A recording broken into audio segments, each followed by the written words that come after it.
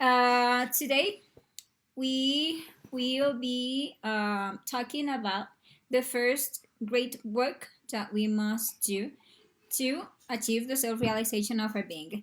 This inner work is internally represented as mountains to climb, as an analogy for the difficulties, okay, that this work itself has. If you reflect on what is to climb a mountain, you're going to understand why this work is represented like this. Climbing a mountain is actually something very difficult to do. And the higher up, the more efforts and sacrifices are required. And you can see that many people give up at a certain point, and only a very few reaches the summit. It is the exact same process that we will live internally. We, right, the ones who receive this knowledge and start working on ourselves. These three conferences that start with this one are very important, because if we get to really understand beforehand the path and its different steps, we'll be able to recognize them once we start living the path. For example, when we talk about the trials that we must live at a certain initiation, you will understand why you are living what you are living at that point. That is why these lectures are so important. Also, you will know beforehand what you must do, right, to continue advancing, and what would be the next step to pursue.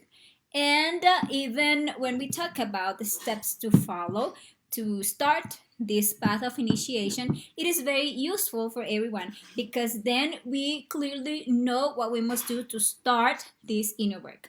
So this information we are receiving here is very important, and it was actually provided by master who have already achieved self-realization, to help everyone who is willing to work on themselves to find the practical tools that can allow us to get to achieve the self-realization. And well, what is self-realization? It is actually achieving the liberation of the totality of our soul.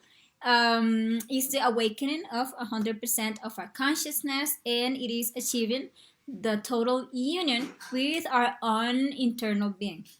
And this is internally done by climbing these three mountains. And well, in today's conference, we'll be talking about the work of the first mountain, or the first great work of creation that we must do on this path towards self-realization. Then the objective of today's conference, as you can see here, will be to identify when the path of initiation begins, what works we need to carry out, and how to ascend on the first mountain of the initiation. We'll begin this work, this inner work, by receiving this knowledge. And once we receive this knowledge, we come to know that there is an inner path to follow, and that there are techniques and tools that will allow us to start and advance on this inner path.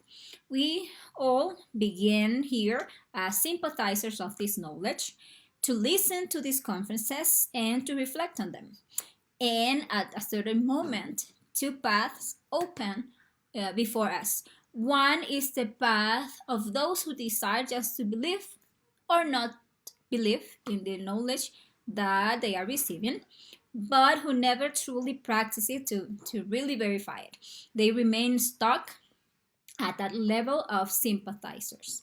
And the other path is the one taken by anyone who, having received this knowledge, decides to practice it and to verify this knowledge for themselves. So everyone who practices knowledge begins to verify it. They come to check the effectiveness of the psychological death, the regenerative process, and the power that they begin to regain as they achieve chastity and as they make wise use of their sexual energy. And they begin, yes, to pay for their karmas by making sacrifice for humanity. And the principles of conscious love begin to develop in those who practice this knowledge. So this practical person, the one who takes the path of the practitioner, is the one who manages to light the sacred fire and begin to ascend of on the first mountain of initiation, in which we are going to develop our human soul. Okay, thus going from the state of rational animals, which is our currently state, to becoming true men with a soul, which as and the soul is a set of forces, powers, faculties that will give us control over ourselves and over all nature. That is what we will achieve by climbing this first mountain. And it is in the work of the second and third mountains where we are going to culminate with the development of our spiritual part until achieving the complete integration of our inner being. And the first mountain is the mountain of birth, of Genesis.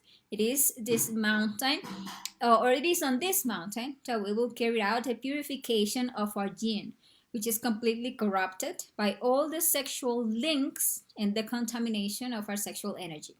It is also in this mountain that we will learn to be born internally.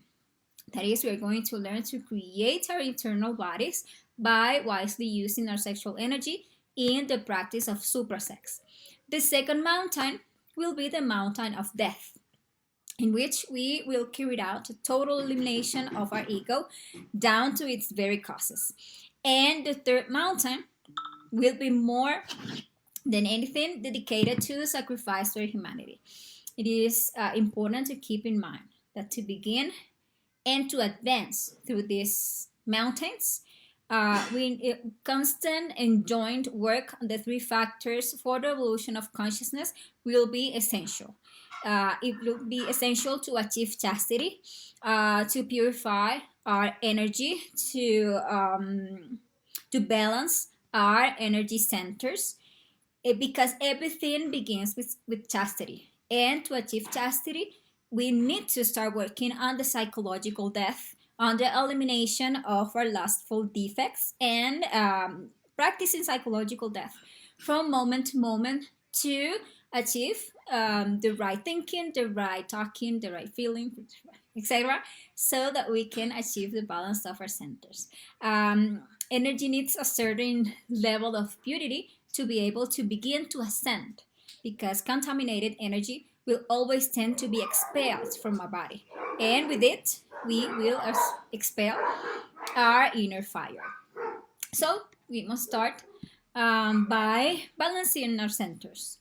That is the way to enter the first mountain of initiation. We need to start elaborating our own energies. We know that the human being is a machine that has 7 energy centers, 2 upper centers and 5 lower centers. These 5 centers don't work with their own hydrogen currently, which is why the human machine is doing badly, is doing poorly. We know very well that of these lower centers, the first 4 steal energy from the 5th, which is the sexual center. Every time that we overuse a center, for example, the mental center, by thinking and thinking and thinking, we exhaust the energy of that center. And then for it to continue working, it goes and steals energy from the one who has the most, or the, energy, because it has the most important function, which is to create, and that is the sexual center. So those 4 centers are constantly stealing energy from the sexual center. For that reason, no one can reach chastity if he doesn't first organize his human machine. That is, to make these 5 centers work properly, each with its own energy. In this way, we can get to manufacture the hydrogen 12, which is the hydrogen of the sexual center. As long as we don't do this work of balancing our centers, it is wasting time, because the sexual part will always be unbalanced, the same as the other centers. And well, hydrogen 12 is the hydrogen of sex. With this hydrogen, sex works normally. And the hydrogen Si12 or C12 is already when the sexual energy is transmuted by means of scientific chastity, which is the balance of the centers. So we need to start working on eliminating those psychological defects that are manifesting in us at every moment, whether it be lust, pride, revenge, hatred, anxiety, whatever. All these details are what steal energy and unbalance the sexual energy, okay? And don't allow a person to reach chastity since each center is not working with its own energy. One steals from one, the other steals from another. They all steal from the sexual center, and in turn, the sexual center, in order to function, also steals energy from the other centers, and all the human machine is totally unbalanced. So we never reach this hydrogen 12, this level of purity of our energy. And this hydrogen C12, which is the already transmuted energy, which is the sacred fire, cannot be achieved. And this causes a crossing of hydrogens that doesn't bring it to a balance, but that continues to feed those psychological defects without hope of reaching the path of initiation.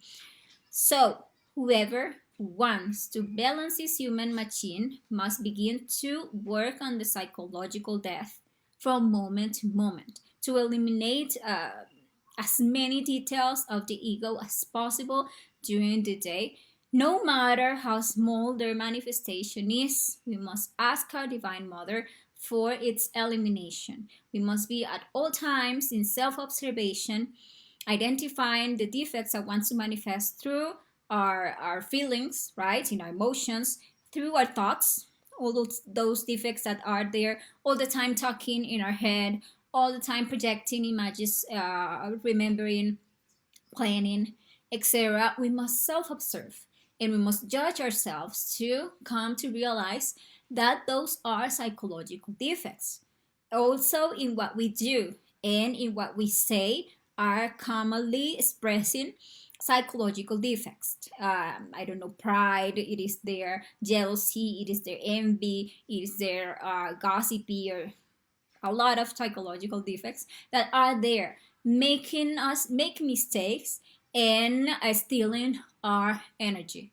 And that is why we must achieve the righteousness in those functions so that we start saving the energy of the centers and balance the human machine.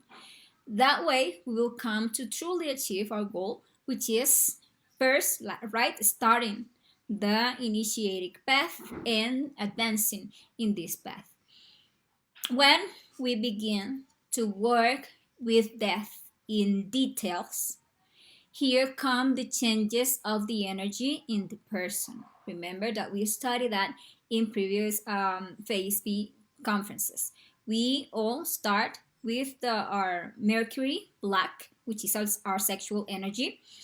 But when we start working on the psychological death and the three factors for the revolution of consciousness, these waters, these inner waters or Mercury, starts changing colors, start like purifying, and it goes from black to white.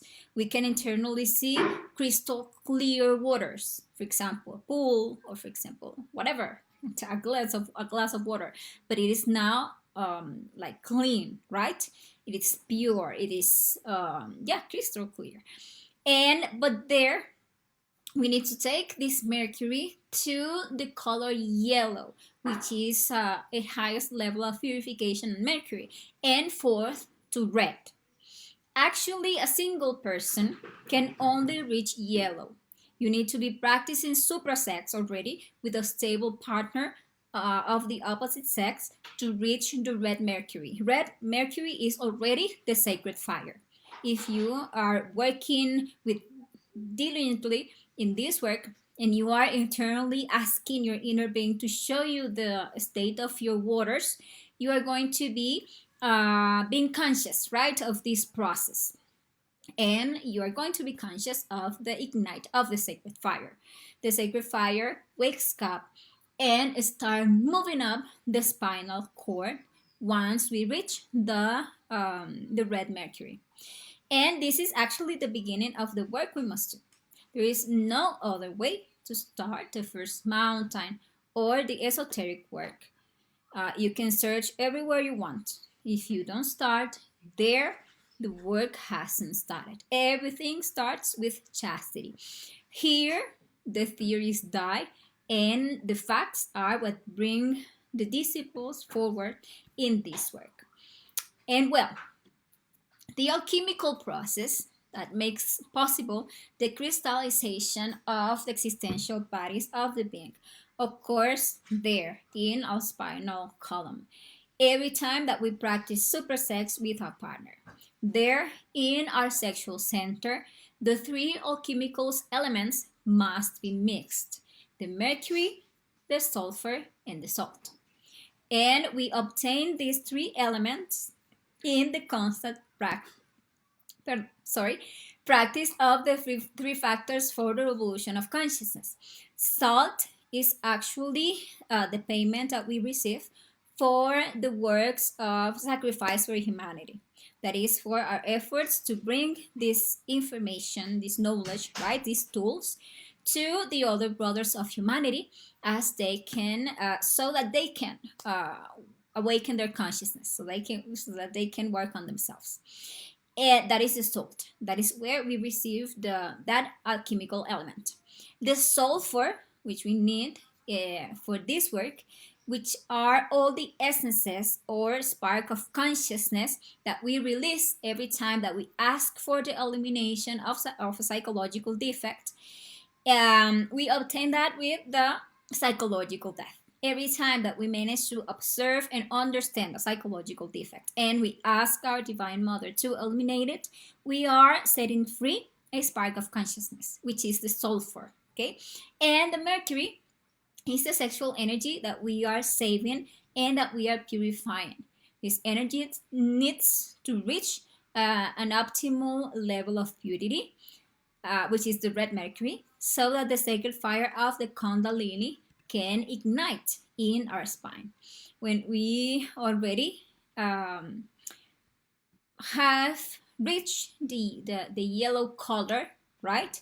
And we already have a stable partner of the opposite sex with whom we are successfully practicing suprasex. And when I say successfully, I mean that we are not having sexual falls, that we are succeeding in practicing suprasex without expelling our sexual energy through orgasm and ejaculation. But we always manage to make that energy ascend through our spine to our upper centers. When we are on that work, we are going to be internally subjected to a trial of fire. This is commonly a situation in which our ability to control our inner fire, that is our anger, is tested. And if we pass that test and we practice suprasex with our partner, the Kundalini serpent will awaken, which is exactly the same as lighting the sacred fire. Then the mercury turns red, and when transmuting that energy towards our higher centers in the practice of suprasex, it will be transformed into hydrogen C12, with which the existential bodies of the being will be crystallized. From that moment on, every time the person practices suprasex, the sexual energy will no longer ascend through the Sushumna Nadi, but will start to ascend and condense through the Nadi Shitra, which is where the internal bodies are fabricated. Okay, in the first vertebra that we feel with energy, we will receive in the internal worlds a silver sword, which indicates that we are already initiated in the white lodge. This will be a small sword with a white handle, commonly, which immediately we must put on our belt because the entire Black Lodge will be coming at us to try to take it from us. The Black Lodge will try to tempt us to fall into fornication or into adultery so that we lose that sword. Because actually, that sword, that internal sword, means a power that we have achieved against the Black Lodge. The inner Black Lodge, which are our psychological defects, and the external Black Lodge. And this sword gives us a greater power to eliminate our psychological defects because this inner sword represents our real power. And eliminating our ego, obviously, would make us increasingly invulnerable to the external Black Lodge, since they can only dominate us through our own psychological defects. And coming into possession of that small sword will indicate that we have already begun to climb up the first mountain and to advance, uh, you know, through each one of the steps or initiations of that first mountain. We'll have to constantly be passing certain trials and to enter and to advance because that is the way in which internally they can know that we deserve some advancement. Okay, and among the trials to which the disciple is subjected is first the trial of the guardian, where he has to face his own beast that he created over the centuries. Second, the trials of the four elements: fire, air, water, and earth, in due order. The applicant is submitted. These are repeated to that student many times. It doesn't matter if you have already passed one of these trials, they are always are going to be repeated at other levels because with these trials the grade is given. Okay, and after these trials there follows a series of little trials that come upon one, testing one's pride, vanity, lust, hatred, etc. No, a whole series of tests. Since this is a long process, initiation is a long process, and these tests are repeated over and over again. This is a continuous discipline that we must give to ourselves daily, working on psychological depth, working on the three factors for the revolution of consciousness. There are certain trials that are very small, the trials of the details, and those are the more difficult ones to pass. For example, trials of sentimentality or attachment, certain trials with material goods, with family, etc. And in these ones, we have to polish ourselves a lot to have understood very well in depth the psychological defects that make us lose those trials to be able to do well internally. Otherwise, you will lose everything. And there you can stagnate. I mean, we can stagnate there at some point until we get to understand, until we correct and we manage to pass the trial. When one is already working with hydrogen C12, the sacred fire awakens and the first mountain, or we start climbing and advancing and ascending on the first mountain. Those are the fire initiations. According to the psychological work that we are doing, the fire ascend more or less quickly. Okay, so we must have a balance between death, birth, and sacrifice for humanity if we want to advance quickly, because this energy, the sacred fire, ascends with the merits of the heart. So we need discipline in this inner work to advance quickly in this initiation. And sacrifice for humanity is very important. An egoist takes much longer, actually 3 or more times longer, to ascend the fire on his spine, since he is a person who wants everything for himself and don't teach this knowledge to others. In other words, he doesn't care about humanity. And it is the main thing that the initiate must keep in mind, that if we want to save ourselves, we must strive to save others so that they don't fall. That is actually what is called love. And at the beginning of the work, as I was saying, the little sword that we receive internally is very small. But as the fire rises, the sword lengthens until we come to finish the first mountain and we incarnate our intimate, our inner Christ. And that sword becomes a flaming sword, the sword of magical powers, which has all the powers over nature. Thus, as we gain vertebra by vertebra, we are going to be experiencing certain important internal things. For example, as we complete each one of these initiations, as the fire is ascending through our spine, the chakras and the churches of wisdom will awaken. The initiate will start receiving the power to govern the four elements of nature. When we reach the fifth initiation, which is the creation of the causal body, we will be already qualified as an authentic man. We will already have a human soul. In the fifth initiation of major mysteries, because these are the initiation of major mysteries, is when the initiate must choose between the direct path and the path of the nirvana. Actually, the path is chosen in accordance with the revolution of consciousness.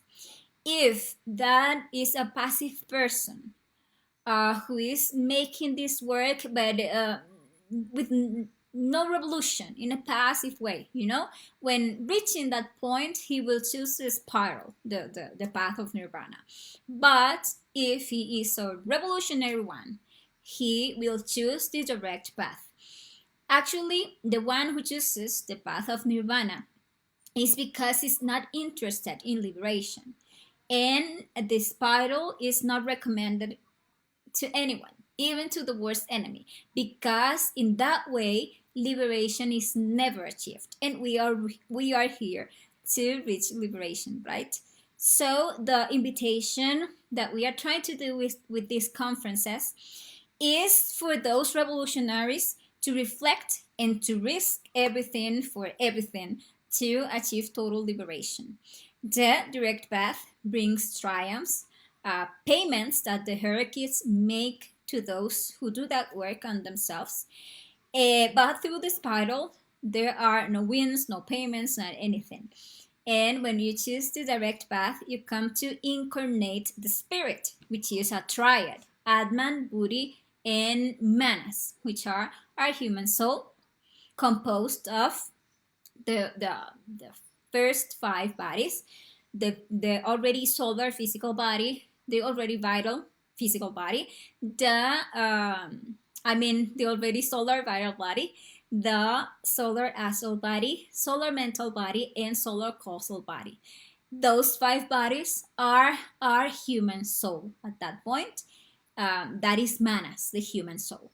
And the second Buddhi is our Buddhic body, the one we join when we choose the direct path, and then we complete the perfect matrimony.